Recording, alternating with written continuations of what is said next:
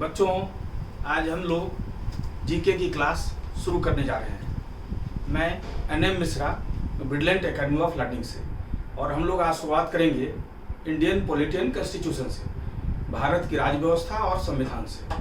ठीक है बच्चों, तो शुरू करते हैं और बारी बारी सब लोग सब चीज पढ़ेंगे। आज शुरुआत करते हैं भारत के संविधान से। ठीक है बच्चों, Indian constitution, Indian constitution, Bharat का संविधान।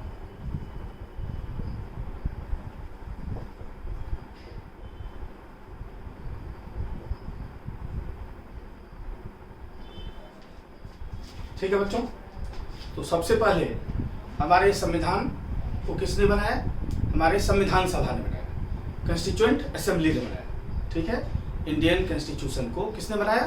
कॉन्स्टिट्यूएंट असेंबली ने बनाया। और कॉन्स्टिट्यूएंट असेंबली का जो गठन हुआ था किसके सिफारिश पर हुआ था? कैबिनेट मिशन के सिफारिश पर। ठीक है बच्चों, तो कैबिनेट मिशन जो 1946 में आया था, जिसमें 3 सदस्य थे, पैथिक लॉरेंस, क्रिप्स और अलेक्जेंडर। ये 3 सदस्य थे कैबिनेट मिशन में, जो 1946 में आया था। और कैबिनेट मिशन के रिकमेंडेशन पर ही कॉन्स्टिट्यूएंट असेंबली का गठन हुआ। ठीक है, कैबिनेट मिशन के सिफारिश पर ही संविधान सभा का गठन हुआ। संविधान सभा ने ही हमारा संविधान बना। संविधान सभा के जो सदस्य थे, मेंबर्स जो थे कॉन्स्टिट्यूएंट असेंबली के, उनको इनडायरेक्टली इलेक्ट किया गया था। इनडायरेक्टली इलेक्ट किया गया था, अप्रत्यक्ष रूप से उनका निर्वाचन हुआ था। किसने किया था? प्रोविंशियल असेंबलीज ने। प्रोविंशियल असेंबलीज ने, जो प्रांतीय विधानसभाएं थी, उसके तहत जो चुन के आए थे लोग, उन्हीं ने संविधान सभा के सदस्यों का निर्वाचन किया। और कुछ सदस्य का मनोनयन हुआ, जिसको भारत के राजा सब जो थे, उन लोगों ने नॉमिनेट किया। ठीक है बच्चों, तो हिंदी और इंग्लिश दोनों में हम लोग चलेंगे। सबसे पहले हम लोग समझ लेते हैं कि कॉन्स्टिट्यूशन क्या होता है। कॉन्स्टिट्यूशन क्या होता है? तो कॉन्स्टिट्यूशन क्या है? कॉन्स्टिट्यूशन पॉलिसी है। किसका? गवर्नमेंट का पॉलिसी है, कंट्री का। और उसी के तहत हमारे जितने भी ऑर्गन्स ऑफ गवर्नमेंट हैं, उसको फंक्शन करना पड़ता है। किसके अनुसार? कॉन्स्टिट्यूशन के अनुसार। कॉन्स्टिट्यूशन ही वो ब्रॉड फ्रेमवर्क देता है, जिसके तहत हमारे गवर्नमेंट के तीनों ऑर्गन्स, चाहे वो एग्जीक्यूटिव हो अर्थात कार्यपालिका, चाहे लेजिस्लेटिव हो व्यवस्थापिका, या जुडिशरी हो न्यायपालिका, तीनों को फंक्शन करना पड़ता है, तीनों को काम करना पड़ता है। किसके भीतर?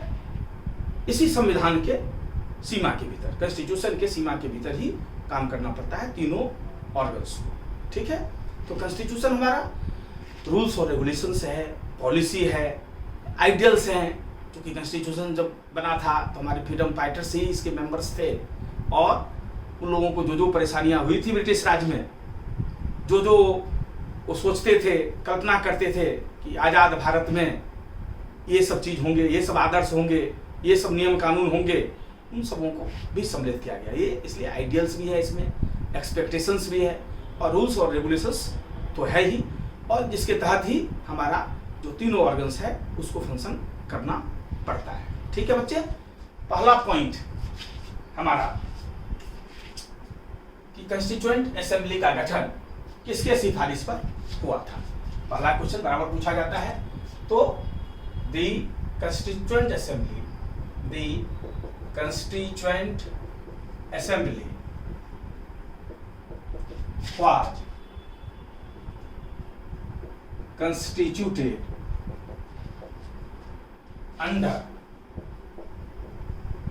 the provisions of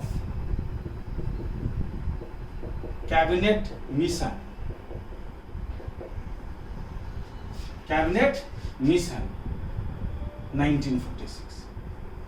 ठीक है बच्चों, मतलब अगर हिंदी में बोले इसको तो संविधान सभा का गठन कैबिनेट मिशन 1946 के प्रस्तावों के तहत हुआ था। संविधान सभा का गठन कैबिनेट मिशन के प्रस्तावों के तहत 1946 में हुआ था। ठीक है बच्चों, पहली सिटिंग, पहली बैठक जो संविधान सभा की हुई थी वो हुई थी 9 दिसंबर 1946 को, और इस प्रक्रिया का समापन मतलब जो हुआ था, लास्ट जिस दिन हुआ था वो था 26 नवंबर 1949। 26 नवंबर 1949, अर्थात पूरा संविधान को बनने में कितना समय लगा? 2 वर्ष 11 महीने और 18 दिन। इसको मैं इंग्लिश में लिख देता हूं कि the first sitting of our constituent assembly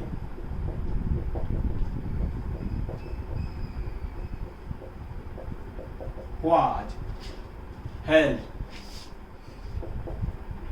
on 9th December 1946, and this process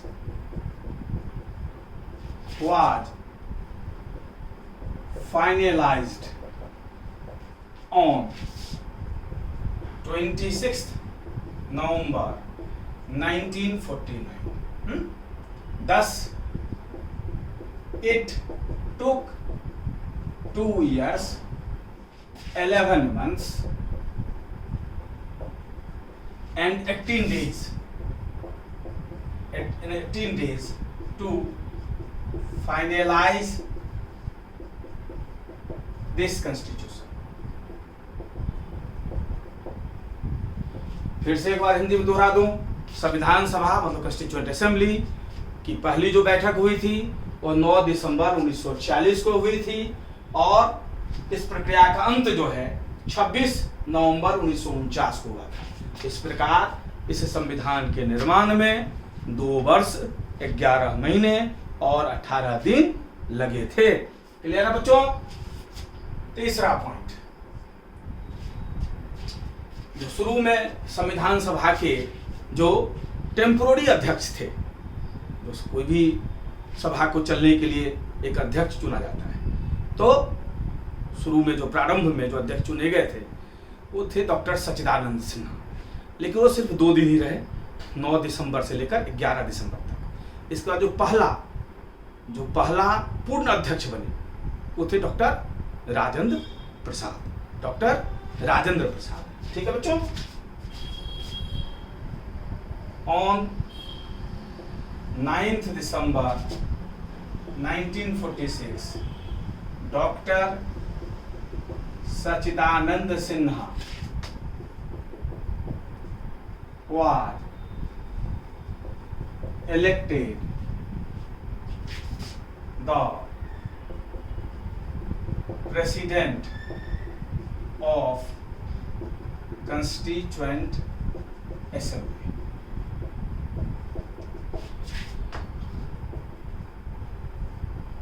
He remained in office till 11th December 1946। तो 9 दिसंबर से लेकर 11 दिसंबर तक टेम्पोररी चेयरमैन की हैसियत से डॉक्टर सच्चिदानंद सिन्हा ने फंक्शन किया, और इसके बाद पहले पूर्ण अध्यक्ष, अगर आपसे पूछा जाए हुआ the first president of the constituent assembly, तो उत्तर डॉक्टर राजेंद्र प्रसाद ही होगा, जब तक फर्स्ट टेम्पोररी चेयरमैन न थे। ठीक है जी, केवल अगर फर्स्ट चेयरमैन में पूछे तो उत्तर डॉक्टर राजेंद्र प्रसाद ही होगा। ठीक है, जब तक टेम्पोररी चेयरमैन न लगाए। तो the first chairman of constituent assembly was doctor Rajendra Prasad. ठीक है जी, इसके बाद जो है राजेंद्र प्रसाद को 11 दिसंबर तक रहे, इसके बाद राजेंद्र प्रसाद हुए, लेकिन पहले अगर चेयरमैन पूछे जाए तो राजेंद्र प्रसाद होंगे, जब तक टेम्पोररी चेयरमैन पूछा जाएगा तभी डॉक्टर सच्चिदानंद सिन्हा होगा। क्लियर बच्चों? First chairman of constituent assembly हुआ डॉक्टर राजेंद्र प्रसाद। क्लियर है बच्चों? चौथा चीज, संविधान सभा के प्रारूप समिति, ड्राफ्टिंग कमेटी, संविधान सभा का ड्राफ्टिंग कमेटी, जिसने ड्राफ्ट बनाया, प्रारूप बनाया संविधान का, तो उस ड्राफ्टिंग कमेटी के चेयरमैन थे doctor B R Ambedkar. B R Ambedkar को लोग प्यार से बाबा साहब भी बोलते हैं, और B stands for Bhim, R stands for Rao, इसलिए हम बोल सकते हैं बाबा साहब भीमराव अम्बेडकर। ठीक है जी, बी आर अम्बेडकर या भीमराव अम्बेडकर, उन्हीं का फुल फॉर्म, और प्यार से उन्हें लोग बाबा साहब कहते हैं, इसलिए बाबा साहब भीमराव अम्बेडकर। ठीक है, तो the chairman of drafting committee, the chairman of drafting committee of the Constituent Assembly was Dr. B.R. Ambedkar. ठीक है, 7 मेंबर थे ड्राफ्टिंग कमेटी में। There were 7 members in the drafting committee। ड्राफ्टिंग कमेटी में 7 सदस्य थे। क्लियर है बच्चों? इसलिए डॉक्टर बी आर अम्बेडकर को आर्किटेक्ट ऑफ आवर कॉन्स्टिट्यूशन कहा जाता है। ठीक है जी, आर्किटेक्ट ऑफ हमारा कॉन्स्टिट्यूशन कहा जाता है। Doctor B R Ambedkar is called architect of our Indian constitution. ठीक है, क्लियर बच्चों? 13 दिसंबर को, ऑन 13 दिसंबर 1946, 13 दिसंबर 1946 को जवाहरलाल नेहरू प्रोड्यूस्ड ऑब्जेक्टिव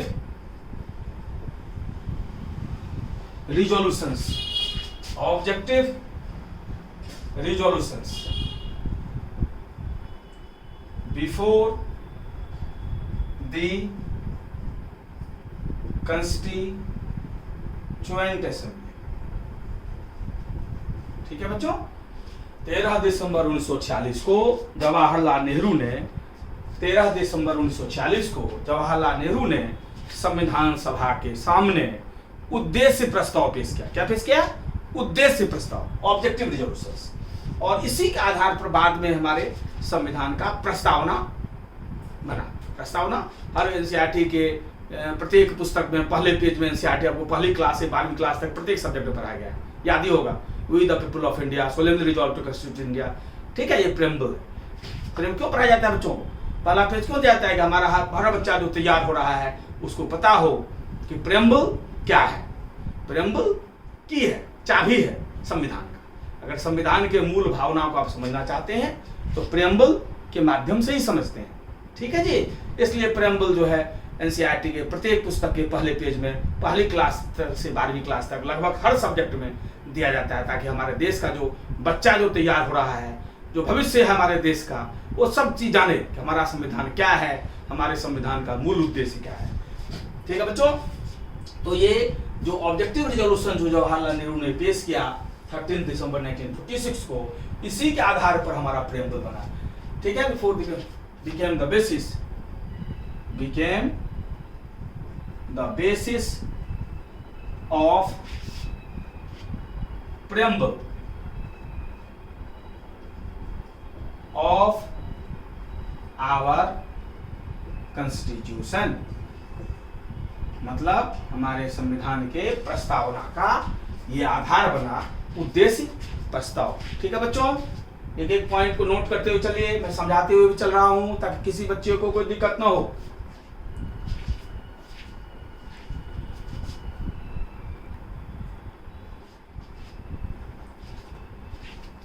ठीक है बच्चों, 6th point,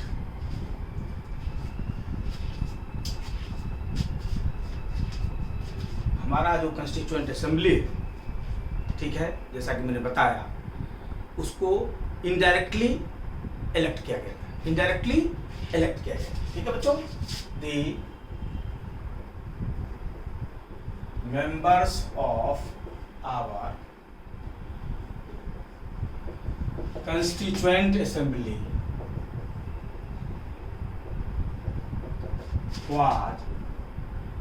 were indirectly elected by members of our provincial assemblies। जो प्रांत में हमारे विधानसभा सब थे, 1946 में चेयरमैन बना था ना, 1946 में जो है पहला इलेक्शन, 1946 में इलेक्शन भी हुआ था। उसी के तहत जो है स्टेट्स में जो है प्रोविंशियल असेंबलीज बना था, है ना। गवर्नमेंट, इंटरिम गवर्नमेंट भी बना था सेंटर में, है, जिसके पहले प्रधानमंत्री जवाहरलाल नेहरू ही थे। इंटरिम गवर्नमेंट जो बना था 1946 का। और प्रोविंसेज में भी, स्टेट्स में भी, उसमें प्रोविंस को ये स्टेट बोलते हैं, तो उस समय जितने जो स्टेट्स थे वहाँ लेजिस्लेटिव असेंबलीज का भी चुनाव हुआ था। और उन्हीं मेंबर्स ने किसको चुना? कंस्टिट्यूएंट असेंबली के मेंबर्स को, ठीक है जी, इनडायरेक्टली, ठीक है। तो आम जनता ने वोट नहीं दिया, तो उसमें नया नया देश था, इतना खर्च नहीं किया सकता था, तो जो हमारे रिप्रेजेंटेटिव्स थे उन लोगों ने ही चुना कंस्टिट्यूएंट असेंबलीज के मेंबर्स को, ठीक है। और कुछ मेंबर्स जो है, जो भारतीय राजवा सब थे, उन लोगों ने भी कुछ को नॉमिनेट किया। सम मेंबर्स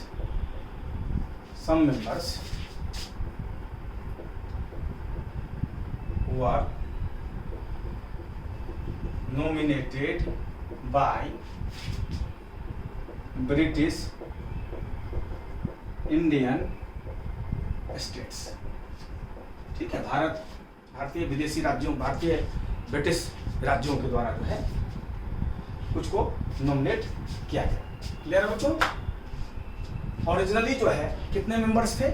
ओरिजिनली हमारे संविधान सभा में कितने मेंबर्स थे? 389, ठीक है जी। Originally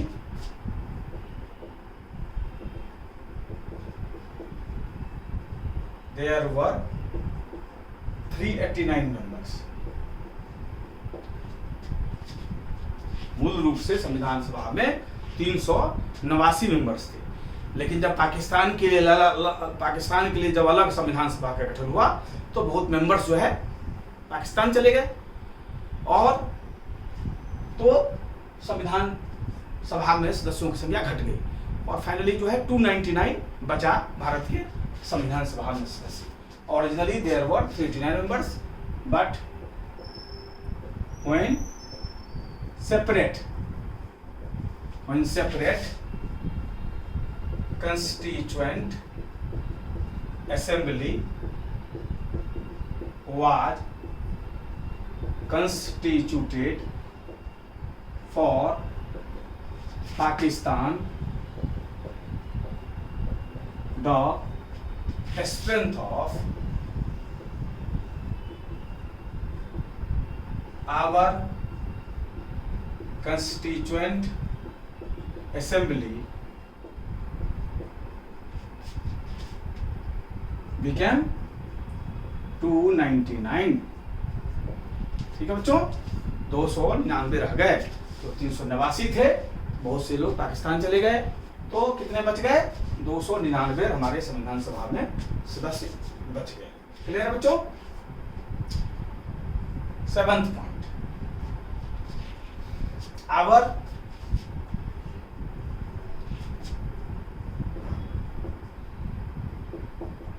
Constitution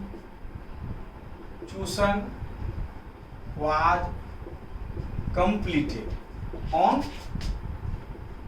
26 November 1949। हमारा संविधान कब बनकर तैयार हुआ? बन के तैयार हुआ 26 नवंबर 1949, 26 नवंबर 1949, ठीक है। हमारे संविधान सभा में जो कॉन्स्टिट्यूशनल एडवाइजर थे, जो संवैधानिक सलाहकार थे, वो थे BN राव, ठीक है। The constitutional adviser of our constituent assembly was BN Rao. हमारे संविधान सभा के जो संवैधानिक सलाहकार थे, कॉन्स्टिट्यूशनल एडवाइजर थे, वो कौन थे? BN Rao, BN Rao. ठीक है बच्चों। 9, जिस समिति ने हमारे झंडा का निर्धारण किया था, झंडा को फाइनली अप्रूव किया था कि झंडा हमारा हो, ठीक है जी, वो कौन था? उस कमेटी के चेयरमैन थे JB कृपलानी। कौन थे? JB Kripalani, the chairman of our flag committee. मतलब हमारा जो झंडा समिति था, जिसने राष्ट्रीय झंडा को हमारा अप्रूव किया, ये हमारा राष्ट्रीय झंडा हुआ, तो उस कमेटी का चेयरमैन कौन थे? JB Kripalani. Was JB Kripalani. ठीक है बच्चों। और 2 इंफॉर्मेशन यहां पर और दे दूं आपको कि जो हमारा राष्ट्रीय झंडा का डिजाइन तैयार किया था, वो तैयार किए थे आंध्र प्रदेश के एक व्यक्ति थे, पिंगली वेंकैया। ये भी ध्यान रखिएगा। Our national flag was designed by Pingali Venkaiah.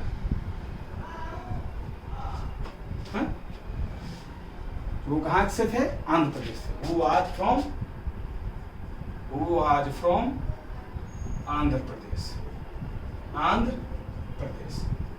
ठीक बच्चों, जानते हैं हम लोग हमारा झंडा क्या है? ट्राई कलर्ड है, तिरंगा है। और संविधान सभा ने हमारे झंडा को जो मान्यता दे दिया, वो दे दिया 22 जुलाई 1947 को। कब दे दिया? 22 जुलाई 1947 को। आवर कंस्टिट्यूएंट, ऐसे उस दिन हम लोग झंडा दिवस ही मनाते हैं। Assembly approved our constituent assembly gave permission to national flag on 22nd July 1947। इसलिए 22 जुलाई को हम लोग झंडा दिवस भी मनाते हैं। और 22 जुलाई 1947 को जो है इसको मान्यता देते हैं। हमारा राष्ट्रीय झंडा क्या है? लंबाई और चौड़ाई में 3:2 का जो है लेंथ और ब्रेथ में 3:2 का होता है। ठीक है, अनुपात। और ठीक है बच्चों, 3 कलर का है। बीच में अशोक चक्र है। बीच में क्या है? अशोक चक्र है। ठीक है बच्चों।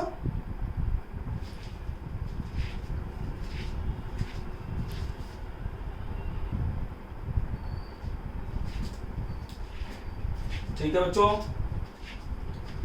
और जो हमारा राष्ट्रगान है और राष्ट्रगीत है, राष्ट्रगान को इंग्लिश में बोलते हैं नेशनल एंथम, और राष्ट्रगीत को बोलते हैं नेशनल सॉन्ग। नेशनल एंथम हमारा कौन है?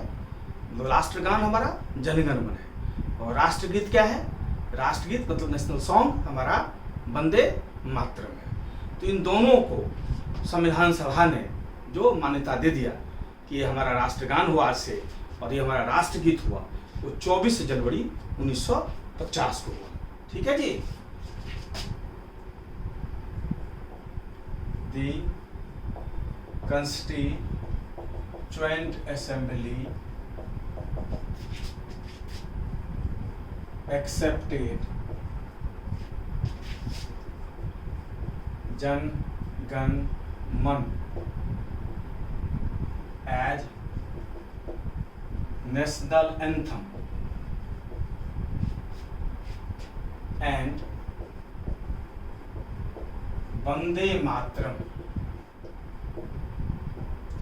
as national song on 24th January 1950। और यहीं पर आपको थोड़ा सा आइडिया में देता हूँ राष्ट्रगान और राष्ट्रगीत के बारे में भी, कि जनगण मन जो है सबसे पहले कांग्रेस के 1911 में जो कांग्रेस का एनुअल सेशन, मतलब वार्षिक अधिवेशन, हर साल कांग्रेस का एक अधिवेशन होता था, तो भारतीय राष्ट्रीय कांग्रेस मतलब इंडियन नेशनल कांग्रेस का जो 1911 में जो एनुअल सेशन हुआ था, जो वार्षिक अधिवेशन हुआ था, उसमें जनगण मन को पहली बार गाया गया था। जनगण मन को कांग्रेस के किस सेशन में सबसे पहली बार गाया गया था? तो 1911 के एनुअल सेशन में, जो कोलकाता में हुआ था, आयोजित हुआ था, जो कोलकाता में हुआ था, वहीं पर पहली बार जो है जनगण मन को गाया गया था। जनगण मन को लिखा किसने बच्चों? तो जनगण मन को लिखा रविन्द्रनाथ टैगोर ने। जानते हैं आप लोग, रविन्द्रनाथ टैगोर पहले भारतीय थे, पहले इंडियन थे जिनको नोबेल प्राइज मिला। किसके लिए? लिटरेचर के लिए, 1913 में। ठीक है बाबू, किस किताब के लिए? गीतांजलि के लिए। ठीक है, वैसे जनगण मन गीतांजलि का पार्ट नहीं है, ये भी जान लें, कंफ्यूज डोंट गेट कंफ्यूज्ड। तो रविन्द्रनाथ टैगोर ने जनगण मन लिखा था। ठीक है बच्चों। और दूसरा वंदे मातरम। वंदे मातरम जो है इसको किसने लिखा? वंदे मातरम को लिखा बंकिम चंद्र चटर्जी। बंकिम चंद्र चटर्जी, वंदे मातरम को लिखा बंकिम चंद्र चटर्जी ने। ठीक है, वंदे मातरम को सबसे पहली बार, अच्छा वंदे मातरम को किस किताब में उन्होंने लिखा? उनकी किताब थी आनंद मठ। वंदे मातरम को बंकिम चंद्र चटर्जी ने अपनी पुस्तक आनंद मठ में लिखा। सबसे पहले अपने बुक आनंद मठ में लिखा वंदे मातरम को बंकिम चंद्र चटर्जी ने। ठीक है, और वंदे मातरम को सबसे पहली बार कांग्रेस के किस अधिवेशन में, कांग्रेस के किस एनुअल सेशन में गाया गया? तो कांग्रेस के 1896 में कांग्रेस का एनुअल सेशन मतलब वार्षिक अधिवेशन कहाँ हुआ था? कलकत्ता में। ये भी कलकत्ता में हुआ था 1896 का एनुअल सेशन। उसमें वंदे मातरम को सबसे पहली बार गाया गया। ठीक है, क्लियर बच्चों? तो दो इन्फॉर्मेशन आपको इसके संबंध में बता दिए, और एक इन्फॉर्मेशन और ध्यान आ गया मेरे को कि जो हमारा जनगण मन है उसको गाने का समय कितना है? 52 सेकेंड में उसको आइडियली गाया जाना चाहिए हमारा जनगण मन। ठीक है बच्चों, अब आते हैं हम लोग अपने 11th पॉइंट पर। क्लियर है?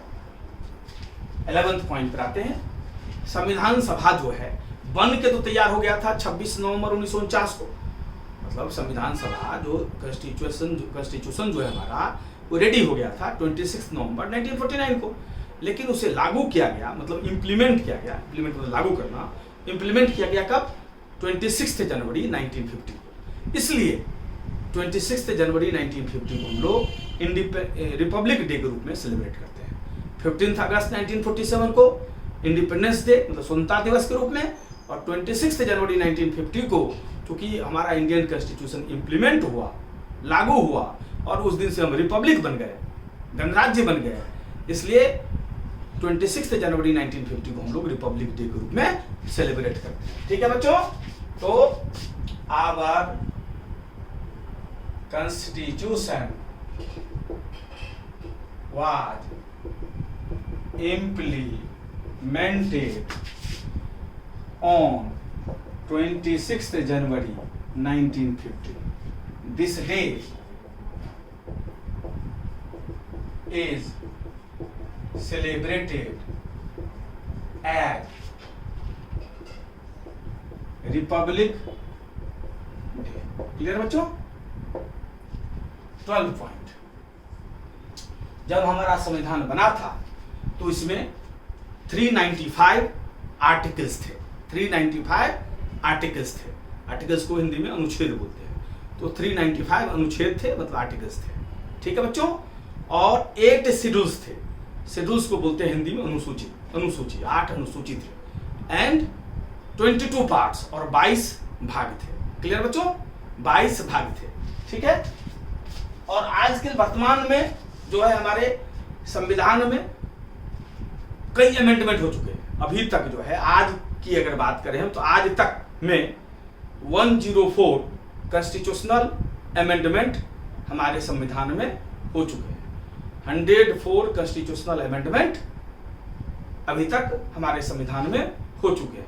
अब ध्यान देने की बात है, भारत के संविधान में शुरू में ही 395 आर्टिकल्स थे। जब जानते हैं अमेरिका के संविधान में विश्व में पहला रिटन कॉन्स्टिट्यूशन किसका है? संयुक्त राज्य अमेरिका का। संयुक्त राज्य अमेरिका में ही पहला लिखित संविधान रिटन कॉन्स्टिट्यूशन बना। और विश्व का सबसे बड़ा रिटन कॉन्स्टिट्यूशन किसका है? विश्व में सबसे बड़ा लिखित संविधान किसका है? भारत का।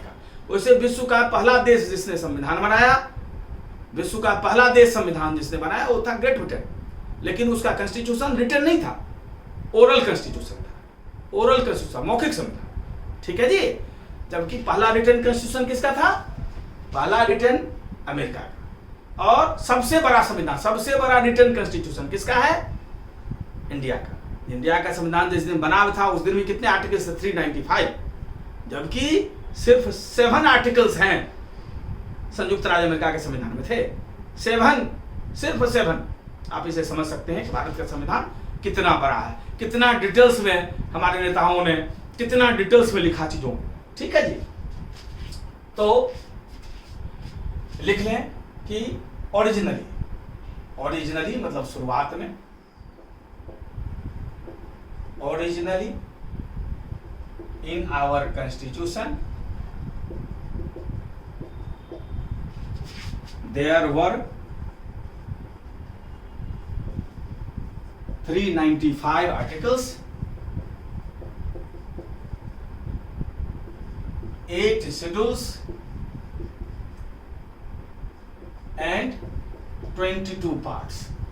एक बार फिर से दोहरा दूं, आर्टिकल्स मतलब अनुच्छेद, शेड्यूल्स मतलब अनुसूचियां, और पार्ट्स मतलब भाग। ठीक है बच्चे, तो हिंदी माध्यम के बच्चे भी समझते जाएं। तो शुरुआत में संविधान में जो है 395 अनुच्छेद, 8 अनुसूचियां और 22 भाग थे। लेकिन वर्तमान स्थिति क्या है? वर्तमान स्थिति में अभी कितने आर्टिकल्स हैं इस पर बहुत कंफ्यूजन है। जैसे विकिपीडिया, अगर आज गूगल सर्च करें आप तो विकिपीडिया दिखाता है 470, विकिपीडिया दिखाता है 470। वैसे मैक्सिमम लोग जो है आज के डेट में मैक्सिमम जो है वो कह रहे हैं लोग 448 आर्टिकल्स, इसलिए हम लोग 448 आर्टिकल्स ही लिखेंगे। Presently there are 448 articles, 448 articles, 12 schedules. जो 8 थे अब 12 हो गए, और जो 22 भाग थे वो 25 भाग हो गए, और 25 भाग। और आज के डेट तक 104 संविधान संशोधन हमारे संविधान में हो चुके हैं।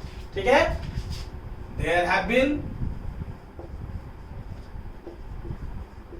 104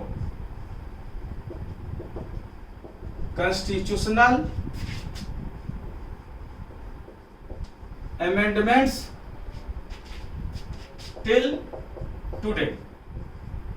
ठीक है बच्चों, और टुडे का है मतलब 5 जुलाई 2020 तक का इंफॉर्मेशन हमारे पास है। तब तक संविधान में कितना बार संशोधन हो चुका है? 104 बार संविधान में संशोधन हो चुका है। क्लियर है बच्चों? दूसरा इंफॉर्मेशन, जो शुरू में 395 आर्टिकल्स था, अभी 448 मैक्सिमम ऑथोरिटीज लिखते हैं। वैसे गूगल सर्च में, विकिपीडिया में 470 आर्टिकल्स दिखा रहा है, 470 आर्टिकल्स दिखा रहा है। वैसे जो लिखा है इसको आप लोग ध्यान रखें। ठीक है बच्चों, देख लीजिए, कहीं भी किसी बच्चे को कहीं भी कोई दिक्कत हो तो पूछते हुए चले।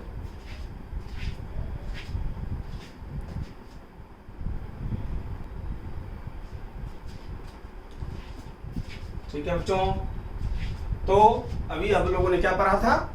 दी कंस्टिट्यूएंट असेंबली। ठीक है बच्चों, वो पहला हेड था। अब दूसरा हेड पढ़ रहे हैं हम लोग, sources of our constitution. Sources of our constitution, हमारे संविधान के स्रोत। आप जानते हैं कि जब हमारा संविधान बना था उससे पहले विश्व के कई देशों ने अपना संविधान, अपना कॉन्स्टिट्यूशन बना लिया था, और हमारे नेता जो थे वो मैक्सिमम वकील थे, इसलिए विश्व के कई देशों का संविधान मैक्सिमम हमारे नेताओं ने पढ़ रखा था। इसलिए उनको जिस देश में जो भी प्रोविजन अच्छा लगा कि हमारे देश के लिए बढ़िया होगा, उन प्रावधानों को उस देश से उन लोगों ने ले लिया और अपने कॉन्स्टिट्यूशन में सम्मिलित कर दिया। इस प्रकार हमारा संविधान जो है, जितने भी देश थे उसमें जिन्होंने भी अपना संविधान बना लिया था, उसमें जो भी अच्छे पॉइंट्स थे सबको इनकॉर्पोरेट करने का हमारा कॉन्स्टिट्यूशन ने प्रयास किया है। ठीक है बच्चों, तो कहां से क्या लिया है ये हम लोग देख लेते हैं। सबसे पहला ग्रेट ब्रिटेन। ग्रेट ब्रिटेन जाहिर है कि अंग्रेजों का शासन था हमारे देश पर, और अंग्रेज जो है आज तक बहुत चीज शासन चलाने के लिए बहुत से नियम कानून ऑलरेडी बना ही चुके थे, ठीक है जी। और जैसे जैसे प्रशासन लोगों को जो जरूरत पड़ी वो लोग बनाते गए, तो संविधान में हमारे नेता सब भी उन चीज़ों को बहुत चीज़ में इनकॉर्पोरेट किया। और बेसिक स्ट्रक्चर जो है हमारा पार्लियामेंट्री डेमोक्रेसी है, इंग्लैंड का भी पार्लियामेंट्री डेमोक्रेसी है और हमारा भी पार्लियामेंट्री डेमोक्रेसी है, तो बहुत चीज़ जो है हमारा जो है ग्रेट ब्रिटेन से मिलता जुलता है। इनफैक्ट संविधान का ज़्यादा हिस्सा जो है ग्रेट ब्रिटेन से ही लिया गया है, ठीक है जी, इनडायरेक्ट या डायरेक्ट रूप में, ठीक है बच्चों। तो ग्रेट ब्रिटेन से क्या लिया गया है ये पहले देख ले हम लोग। पहला चीज पार्लियामेंट्री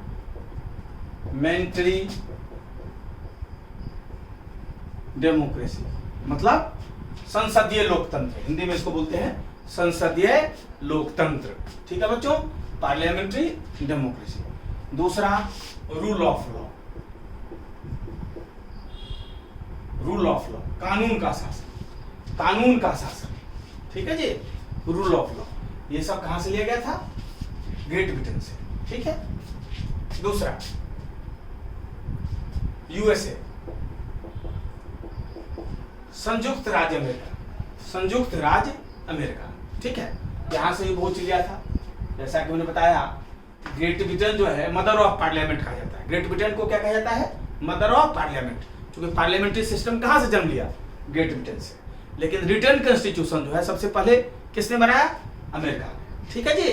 तो ग्रेट ब्रिटेन से भी हम लोगों ने पार्लियामेंट्री सिस्टम लिया ही है, और रिटर्न कॉन्स्टिट्यूशन चूंकि जिसने बनाया तो इससे भी बहुत प्रेरणा मिली हमारे संविधान बनाने वाले नेताओं का, हमारे फ्रीडम फाइटर्स का, ठीक है जी।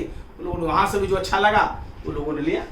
तो यूएसए से हम लोगों ने लिया फंडामेंटल राइट्स, फंडामेंटल राइट्स मतलब मौलिक अधिकार, मौलिक अधिकार, ठीक है बच्चों।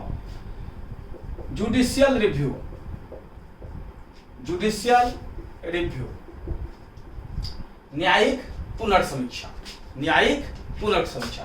पहला हुआ फंडामेंटल राइट्स, मौलिक अधिकार, मौलिक अधिकार, और दूसरा जुडिशियल रिव्यू मतलब न्यायिक पुनर्समीक्षा, ठीक है। और कुछ टर्म्स अगर समझने में दिक्कत है तो बाद की क्लासेज में वो सभी डिस्कस करेंगे ही हम लोग।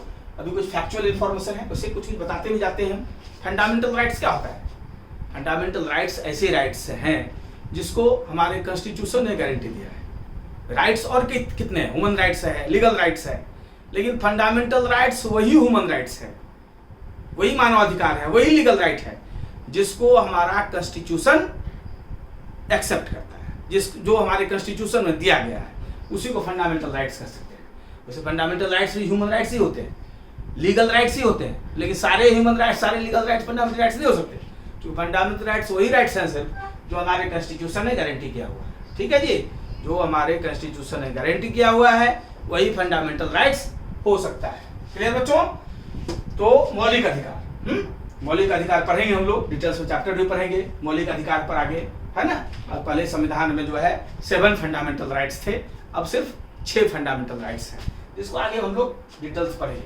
जुडिशियल रिव्यू क्या है? न्यायिक पुनर्समीक्षा, मतलब कोई भी कानून अगर पार्लियामेंट बनाती है और जुडिशरी को लगता है कि इस कानून में ये कानून ठीक नहीं है तो उसको रिव्यू कर सकती है, उसको रिव्यू कर सकती है। और उसको लगेगा कि पार्लियामेंट ने अपने ताकत से बाहर जाके कोई कानून बनाया है तो जुडिशरी को पावर है कि उसको रिजेक्ट भी कर सकती है, ठीक है बच्चों, उसको रिजेक्ट भी कर सकती है। तो जुडिशियल रिव्यू भी वही से आया है, अमेरिका से। तीसरा रिटन कॉन्स्टिट्यूशन, जैसा कि मैंने बताया लिखित संविधान सबसे पहले किसने बनाया था? अमेरिका ने, और सबसे बड़ा रिटन कॉन्स्टिट्यूशन हमारे देश का है, ठीक है बच्चों। ये वाइस प्रेसिडेंट जो उपराष्ट्रपति का पद है ये अमेरिका से ही लिया है हम लोगों ने। Position of vice president, position of vice president, उपराष्ट्रपति का पद भी जो है हम लोगों ने कहां से लिया है बच्चों? यहीं से लिया है, यूएसए से, ठीक है। तीसरा कंट्री हम लोग रखते हैं जर्मनी, जर्मनी में वेमर कॉन्स्टिट्यूशन बना था, वेमर कॉन्स्टिट्यूशन, ठीक है जी। तो जर्मनी के वेमर, आप लोग जर्मनी ही याद रखें, उसे याद रहे तो अच्छी बात है। जर्मनी के वेमर कॉन्स्टिट्यूशन से लिया गया था इमरजेंसी प्रोविजंस, आपातकालीन प्रावधान, इमरजेंसी प्रोविजंस, इमरजेंसी प्रोविजंस, आपातकालीन प्रावधान, आपातकालीन प्रावधान। चलिए हिंदी में एक बार अब लिखना शुरू कर दिए, इसलिए लिख देते हैं आपातकालीन प्रावधान, ठीक है बच्चों। इमरजेंसी प्रोविजंस, आपातकालीन प्रावधान। तो ऐसा है कि आपातकालीन प्रावधान कुछ नहीं, तो समझ आते क्या आपातकालीन, जैसे आर्टिकल 352 के भीतर में है, आर्टिकल 356 के भीतर में है और आर्टिकल 360 के भीतर में है। आर्टिकल 352 में आगे पढ़ेंगे डिटेल्स में, अभी केवल सरफेस लेवल का नॉलेज देते हैं। आर्टिकल 352 के तहत नेशनल इमरजेंसी, राष्ट्रीय आपातकाल।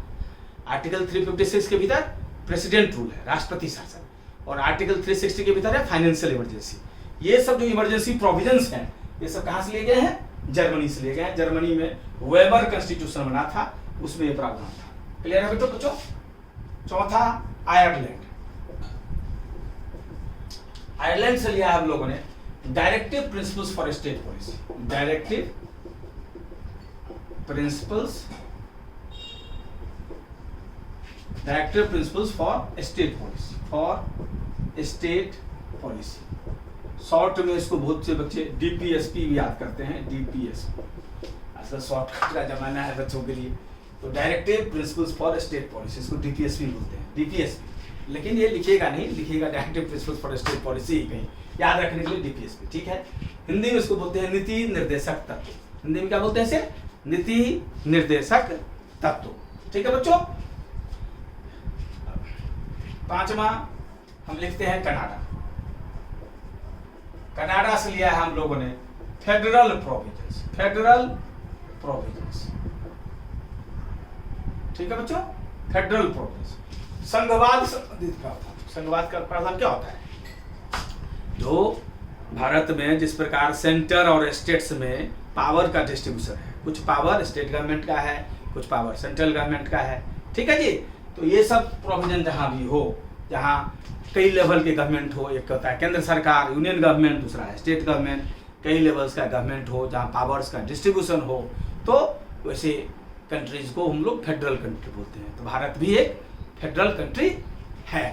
वैसे इस पर बहुत से लोग कहते हैं कि भारत जो है प्योर फेडरल नहीं है, प्योर फेडरल यूएसए है। खैर ये सब तो डिस्कशन की बातें हैं। आपको फेडरल प्रोविजंस जो है कनाडा में, कनाडा से क्या लिया हम लोगों ने, फेडरल प्रोविजंस। हिंदी में लिखना चाहते हैं तो संघीय प्रावधान, संघीय प्रावधान, ठीक है बच्चों।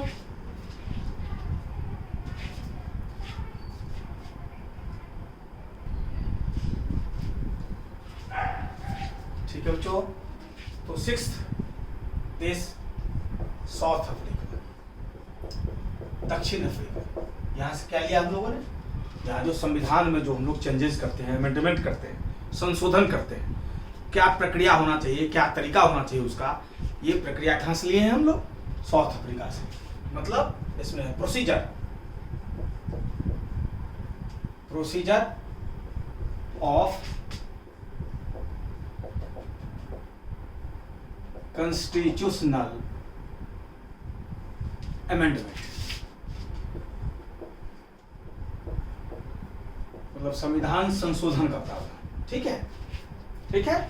जैसा कि बताया कि अभी तक संविधान में 100 बार चेंजेज हो चुका है, और जो प्रक्रिया लेते हैं, जैसे चेंज करने का तरीका है, वो कहां से लिया गया है, साउथ अफ्रीका से, ठीक है बच्चों। 7th कंट्री लेते हैं हम लोग, ऑस्ट्रेलिया। यहां से लिया हम लोगों ने concurrent list, concurrent list, Hindi में इसको बोलते हैं समवर्ती सूची। जैसा कि बताया आप लोगों को कि भारत जो है फेडरल कंट्री है, ठीक है।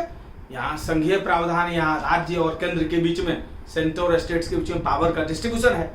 तो पावर का डिस्ट्रीब्यूशन जो है वो 3 लिस्ट के माध्यम से हुआ है, 3 लिस्ट के माध्यम से हुआ है, यूनियन लिस्ट, स्टेट लिस्ट और कंकरेंट लिस्ट।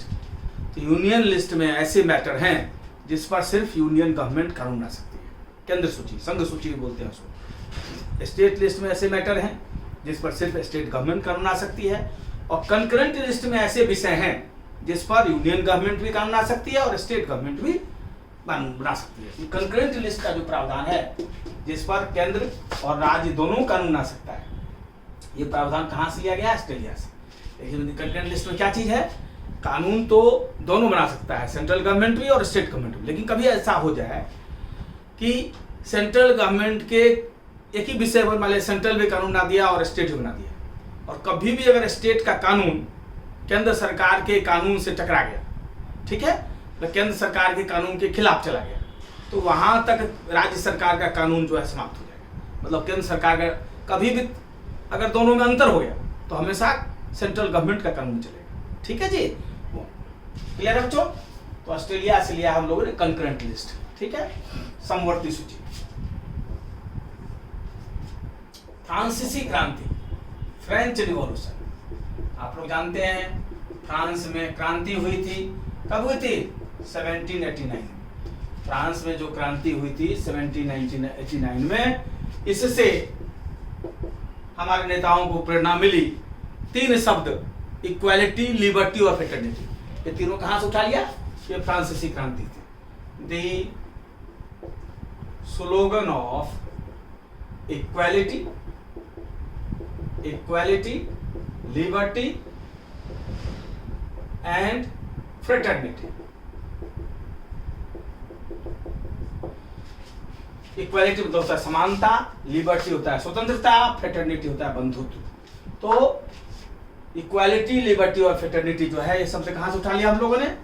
ये उठा लिया फ्रांसीसी क्रांति से, फ्रेंच रिवॉल्यूशन से। ठीक है बच्चों, जापान से क्या लिया हम लोगों ने? जापान से जो कानून हम बनाते हैं उसकी प्रक्रिया, जो कानून बनाते हैं उसकी प्रक्रिया। ठीक है जी, जो कानून बनाते हैं उसकी प्रक्रिया कहां से लिया? रूल ऑफ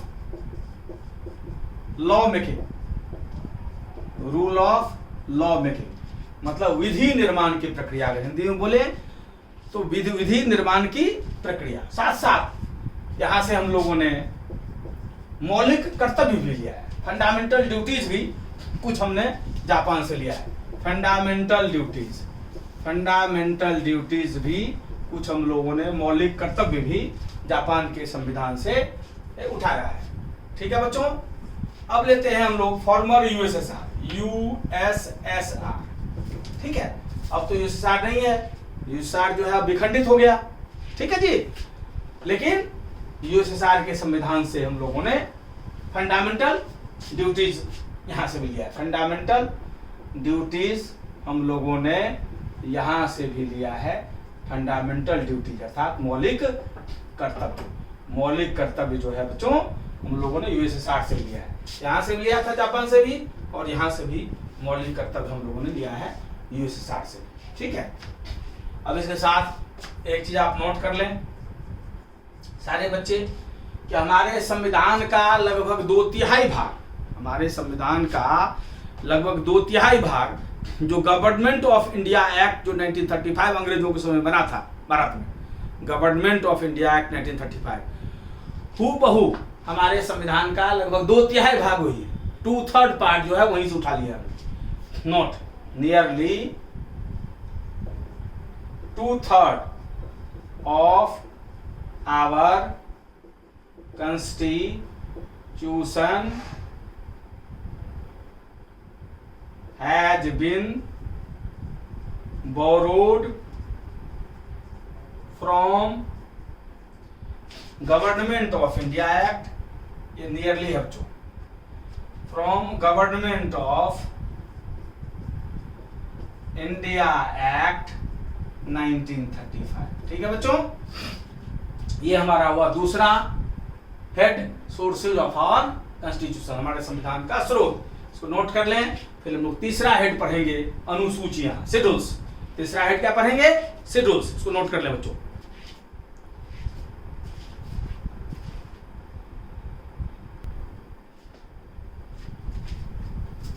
ठीक है बच्चों,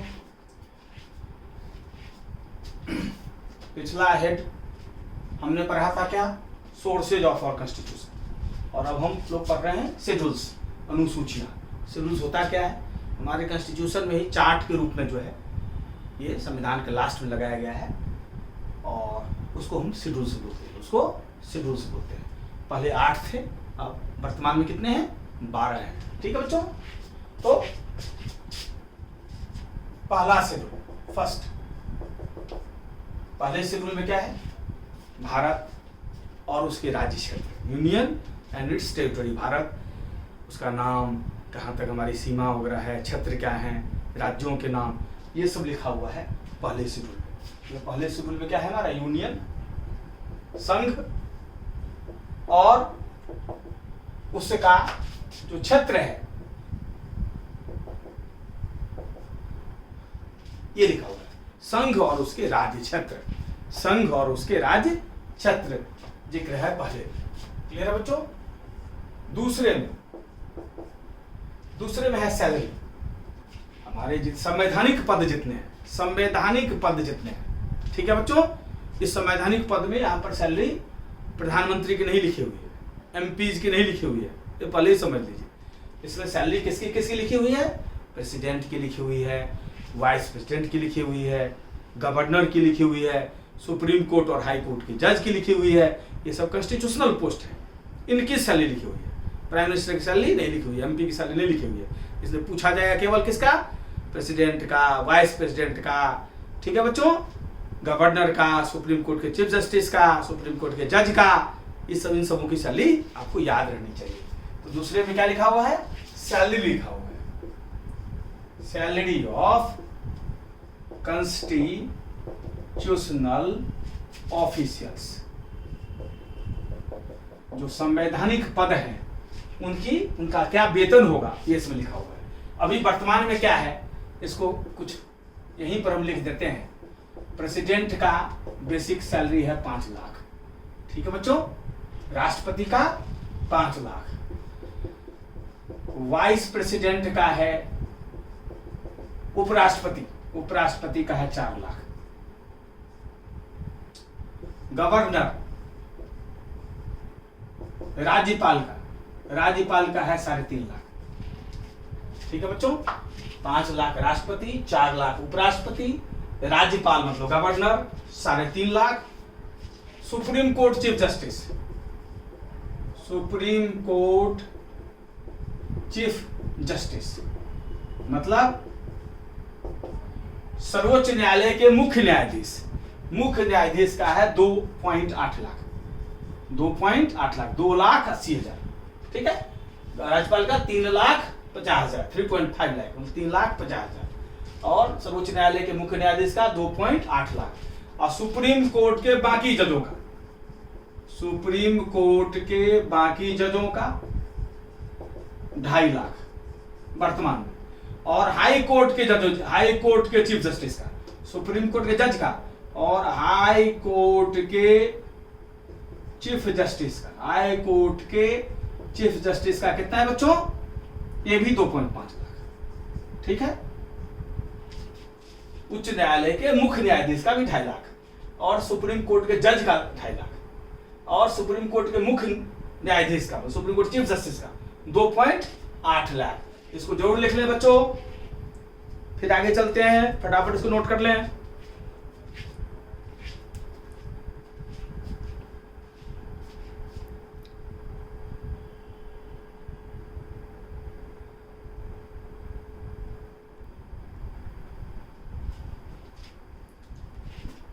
ठीक है बच्चों, तो तीसरा, third schedule.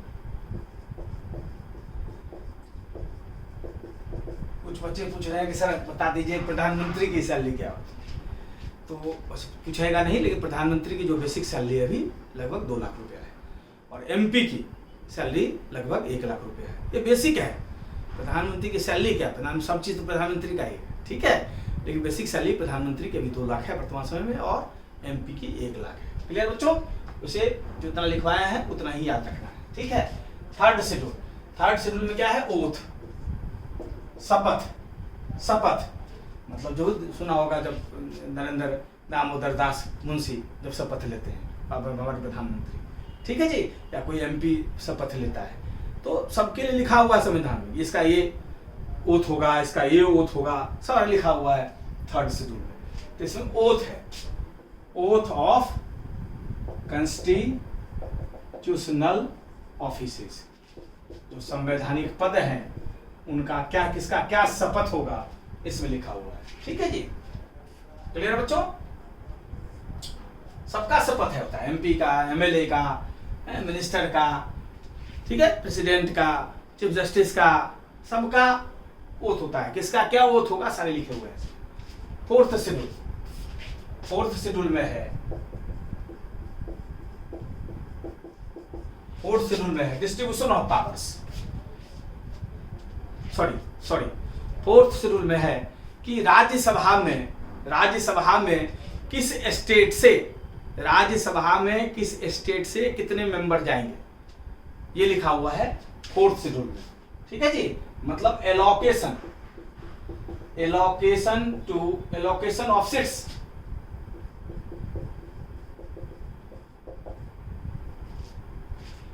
In Rajya Sabha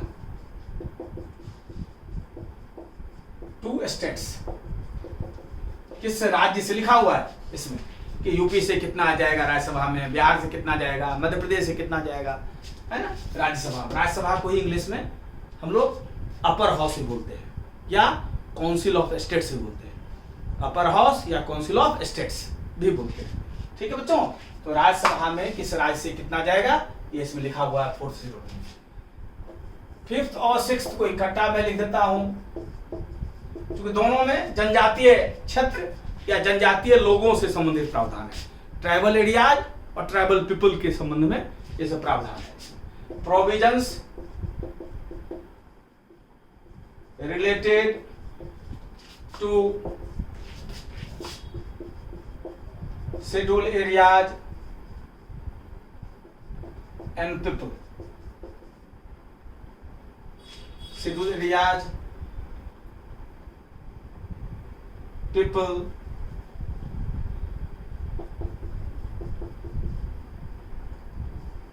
and tribal areas. ठीक है जी, इसमें जो शेड्यूल एरियाज है और ट्राइबल एरियाज हैं, जनजातीय क्षेत्र जो हैं, जनजातीय जो लोग हैं, उनके संबंध में प्रावधान है 5th और 6th में, 5वें और 6ठे में। क्लियर है बच्चों? 7th शेड्यूल, 7वां अनुसूची, 7वां अनुसूची में क्या है, डिस्ट्रीब्यूशन ऑफ पावर्स है, शक्ति का विभाजन है। ये बताया था ना, फेडरलिज्म, तो शक्ति का विभाजन है, यूनियन और स्टेट्स के बीच में जो पावर्स है उसका डिस्ट्रीब्यूशन है 3 लिस्ट के माध्यम से, यूनियन लिस्ट, स्टेट लिस्ट और कंकरेंट लिस्ट, ये सारा इसमें लिखा हुआ है। ठीक है, इसमें लिखा हुआ है distribution of powers, distribution of powers through 3 lists, that is union, state and concurrent। ठीक है बच्चों, इसमें शक्ति का विभाजन है 3 सूचियों में, केंद्र सूची, संघ सूची या केंद्र सूची बोलते हैं, राज्य सूची और समवर्ती सूची के माध्यम से शक्ति का विभाजन है। इसी के अनुसार केंद्र सरकार अपना कानून लाती है और राज्य सरकार अपना कानून लाती है। 7वीं अनुसूची में सारा प्रावधान लिखा हुआ है कि यूनियन के कौन कौन पावर है, यूनियन में कौन कौन पावर स्टेट में है, कौन कौन दोनों के हैं। ठीक है जी, ये प्रावधान लिखा हुआ है। बच्चों नोट कर लिया, नोट कर दो फटाफट।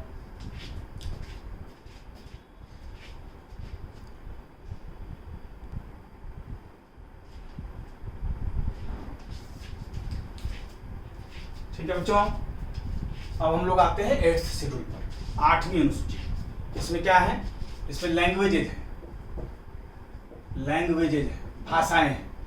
अभी हमारा संविधान जो है 22 भाषाओं को मान्यता देता है। ठीक है, 22 लैंग्वेज को जगह दिए हुए हैं इस शेड्यूल में। अभी कितने भाषा है, 22।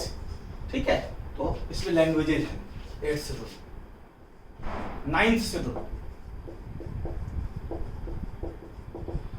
इसमें ऐसे मामले हैं, 9th शेड्यूल में ऐसे मामले हैं जिसको जुडिशियरी के इंटरफ्रेंस से बाहर कर दिया गया है, जिसको न्यायालय के हस्तक्षेप से बाहर कर दिया गया है। मतलब उन मुद्दों को आप कोर्ट में नहीं ले जा सकते। ऐसे मुद्दे 9th शेड्यूल में डाले गए हैं। ठीक है बच्चों, दोज मैटर्स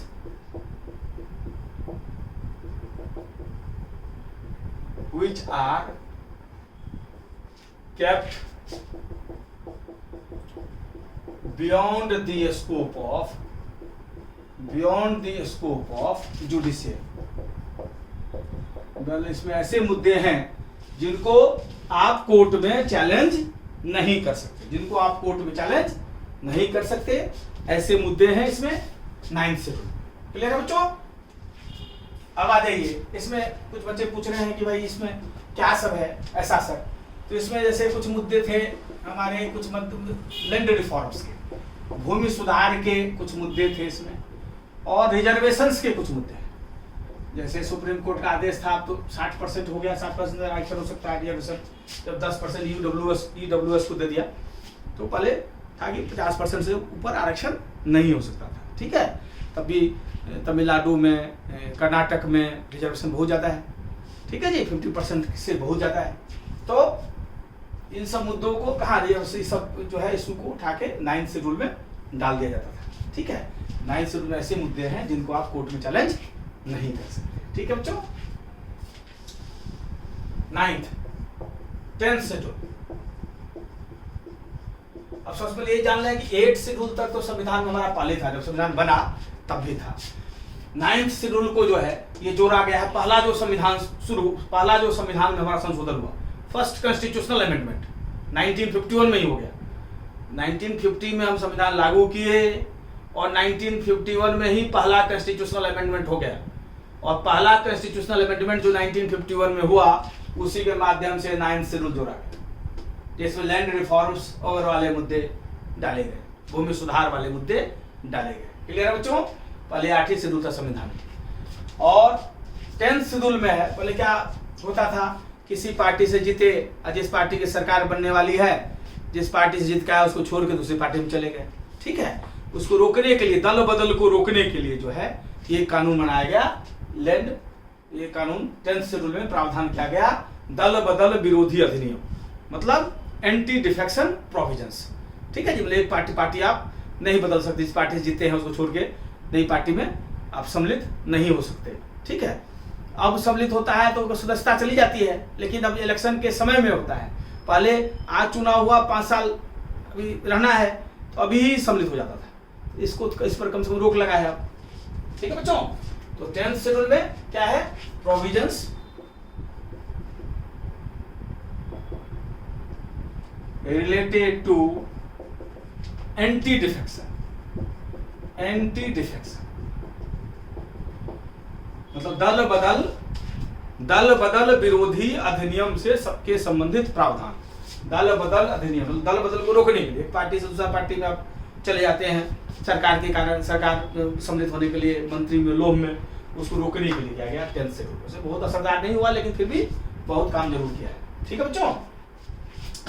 इसको कॉन्स्टिट्यूशन अमेंडमेंट के थ्रू ही जोड़ा गया है 10th शेड्यूल को भी। ठीक है, अमेंडमेंट पढ़ेंगे तो डिटेल से पढ़ेंगे हम लोग। ठीक है बच्चों? 11th शेड्यूल, 11वां अनुच्छेद, 11वां अनुसूची। इसमें क्या है, पंचायती राज को पहले संवैधानिक दर्जा नहीं था। पंचायती राज की स्थापना तो हो गई थी, पंचायती राज की स्थापना सबसे पहले 2 अक्टूबर 1959 को ही हो गई थी। पंचायती राज की स्थापना 2 अक्टूबर 1959 को ही हो गई थी। कहाँ? राजस्थान के नागौर में। ठीक है जी, लेकिन पंचायती राज संस्थाओं का जो है काम नहीं हुआ, सही ढंग से नहीं चला, इसलिए उसमें जान फूंकने के लिए, उसको और ताकतवर बनाने के लिए, और डेमोक्रेसी को एकदम गांव तक पहुंचाने के लिए, डेमोक्रेसी को जनता के घर तक दरवाजे तक पहुंचाने के लिए पंचायती राज संस्थाओं को ताकत दिया गया है। संविधान में उसको स्थान दिया गया। किसके माध्यम से? 73rd कॉन्स्टिट्यूशनल अमेंडमेंट के माध्यम से, 73वां संविधान संशोधन 1992 के माध्यम से, उसी के माध्यम से 11th शेड्यूल जोड़ा गया। अमेंडमेंट तो पढ़ेंगे अमेंडमेंट क्लास में, ये बता दिए जानकारी के लिए कि 73rd कॉन्स्टिट्यूशनल अमेंडमेंट एक्ट 1992 के माध्यम से 11th शेड्यूल को जोड़ा। और इसमें क्या है, पंचायती राज संबंधित प्रावधान है। इसी के माध्यम से कॉन्स्टिट्यूशनल स्टेटस मिला पंचायती राज संस्थाओं को, पंचायती राज इंस्टीट्यूशंस को। ठीक है, पंचायती राज वाज गिवन कॉन्स्टिट्यूशनल स्टेटस, पंचायती राज को संवैधानिक दर्जा दिया गया। ठीक है बच्चों, इसमें सबसे ऊपर जो है 3 टायर बनाए गए, 3 टायर। सबसे ऊपर जिला परिषद है, जिला परिषद के नीचे हमारा पंचायत समिति है, पंचायत समिति है, और इसके सबसे नीचे क्या है, ग्राम पंचायत या ग्राम सभा।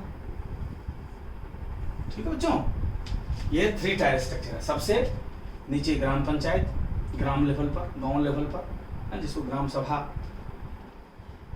पंचायत समिति, और सबसे ऊपर जिला परिषद। 3 टायर स्ट्रक्चर को पंचायती राज में जगह दिया गया 11वीं अनुसूची में। ठीक है बच्चों, और 11th 12th से 12 जिस तरह पंचायती राज संस्थाओं के लिए 3 टायर स्ट्रक्चर दिया गया, उस तरह शहर में भी अर्बन लोकल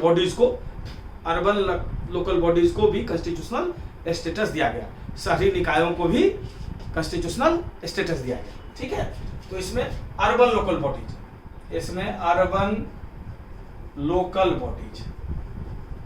को कॉन्स्टिट्यूशनल स्टेटस दिया गया, वाज गिवन कॉन्स्टिट्यूशनल स्टेटस। इसमें urban local bodies was given constitutional status, जो शहरी निकाय हैं, शहरी स्थानीय निकाय हैं, उन्हें भी संवैधानिक दर्जा दिया गया। ये भी 3 टायर। सबसे नीचे हमारा क्या है, नगर पंचायत।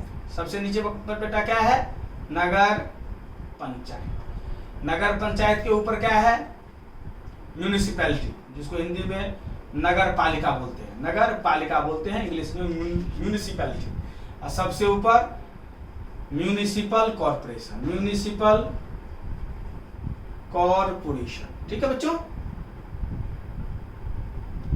नगर निगम, हिंदी में क्या बोलते हैं, इंग्लिश में म्यूनिसिपल कॉरपोरेशन, हिंदी में नगर निगम। ठीक है बच्चों, नगर पंचायत, नगर पालिका, नगर निगम, इसको भी संवैधानिक दर्जा दिया गया। यही 12 शेड्यूल हैं, अब पहले 8 थे। ठीक है बच्चों, और अगले क्लास में हम लोग पढ़ेंगे इंपॉर्टेंट आर्टिकल्स। नेक्स्ट क्लास में हम लोग क्या पढ़ेंगे, आज 3 हेड पढ़ा हम लोगों ने। पहला पढ़ा संविधान सभा, द कॉन्स्टिट्यूएंट असेंबली। दूसरा हेड पढ़ा सोर्सेज ऑफ कॉन्स्टिट्यूशन, संविधान का स्रोत, कहां से क्या लिया। और तीसरा हेड पढ़ा हम लोगों ने शेड्यूल्स, अनुसूचियां। ठीक है, और चौथा हेड पढ़ेंगे हम लोग important articles of Indian constitution, भारतीय संविधान के महत्वपूर्ण अनुच्छेद। इस पर अगला क्लास हम लोगों का होगा, important articles of Indian constitution पर नेक्स्ट क्लास होगा, जिसमें थोड़ा थोड़ा प्रावधान बताते जाएंगे, ताकि पूरा संविधान को समझने में आपको असुविधा ना हो। ठीक है बच्चों, तो ब्रिलियंट एकेडमी ऑफ लर्निंग, जो हमारे बच्चे हैं दूर दराज में, जो दिल्ली, बम्बई, मद्रास, कलकत्ता महानगर में नहीं आ सकते, उन्हें क्वालिटी एजुकेशन मिले, ये हमारा प्रयास है। ठीक है, फ्री ऑफ कॉस्ट है, इसलिए बच्चे जिसकी मदद कर सको बिल्कुल करो। ठीक है, और मैं कोशिश करूंगा कि सब चीज़ आप अगर हमारे साथ मेहनत करेंगे तो आपका लेवल इतना बढ़ा दूंगा कि उसे बढ़ाता खुद बच्चा है, मैं इतना जरूर पढ़ा दूंगा आपको, या मैं आपको इतना जरूर समझा पाऊंगा कि आप हमारे साथ अगर मेहनत करते रहें तो सब सब्जेक्ट आपका बहुत बढ़िया हो जाएगा ब्रिलियंट एकेडमी के साथ। ठीक है बच्चों, तो ब्रिलियंट एकेडमी ऑफ लर्निंग का जो है ये सोशल सर्विस है।